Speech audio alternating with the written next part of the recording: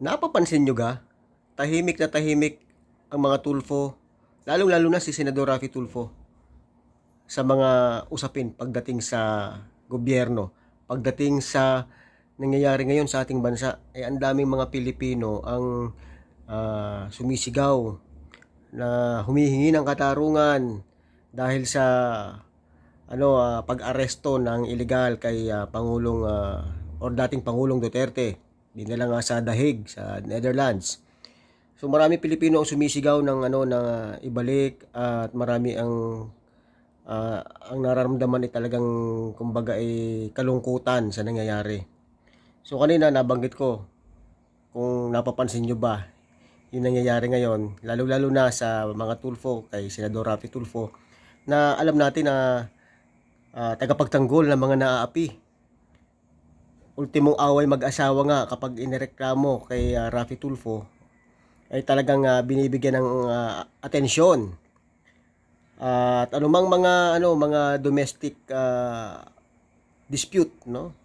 Minsan sa babae, minsan sa lalaki.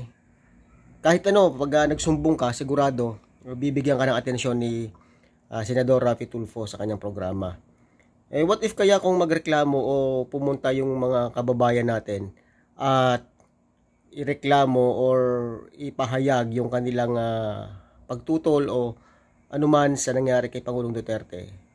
O kaya kahit na hindi doon kay Pangulong Duterte, doon sa mga iba pang mga nangyayari sa gobyerno, mga anomalya ng gobyerno, lalo-lalo na sa mga budget o sa anumang mga kinasasangkutan ngayon ng ating gobyerno. Meron ba kayong napanood na nagreklamo at ito nga ang nirereklamo? Sa palagay nyo, kung halimbawang may magrereklamo kay Raffy Tulfo sa ganitong sitwasyon sa gobyerno, sa palagay nyo kaya ito ay bigyan niya ng atensyon at tiranin niya ang gobyerno? Alam naman natin na napakaanghang na magsalita nitong si Senador Raffy Tulfo, lalong-lalo na kapag ang mga magsusumbong o yung magrereklamo ay mga naaapi o yung mga maliliit na tao, mga maralita, mga mahihirap. So kita nyo minsan na namamahiya talaga at kahit na ikaw ay isang opisyal ng gobyerno, kahit ikaw ay isang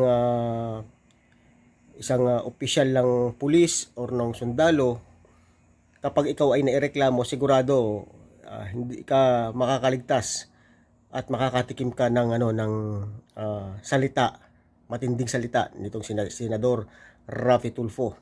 Kagaya na lang nung nangyari doon sa isang colonel ng pulis, 'di ba? Tungkol doon sa parang kidnapping issue ng kanyang tauhan. So sinabi ni Raffy Tulfo doon, you're a weak leader, 'di ba? So kung halimbawa ang irereklamo ay ganitong mga problema sa gobyerno, bigyan kaya ito ng pansin ni Senador Raffy Tulfo? Tiranin niya kung sino man yung opisyal na nakatalaga doon sa departamento na yon. Sa palagay nyo kaya mga buddy, sa palagay nyo? Ito, ko lang opinion ko lang to. Gusto ko lang i-share sa inyo. Kasi wala akong napapansin na mga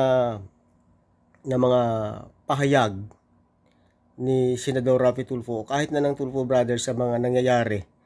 Correct me if I'm wrong. Kung meron man ay di salamat, pero kung wala at tama nga yung aking sinasabi, di mag-comment kayo diyan kung sa palagay nyo na napapansin nyo rin na mukhang tahimik itong mga Tulfo pagdating sa nangyayari sa gobyerno. Lalo-lalo na si Senador Raffy Tulfo na napakaingay. Talagang pag lumapit ka at naapik ka, lumapit ka sa kanya, sa programa niya ay talagang tutulungan ka. So kaya ganyan kaya din ang ginagawa niya sa kapag may mga magrereklamo or may mga hinaing ang tao na laban sa gobyerno. Kaya niyang labanan ito. Kaya kanyang labanan yung mga nakaupong opisyal, involved na opisyal. Sa palagay niyo mga buddy,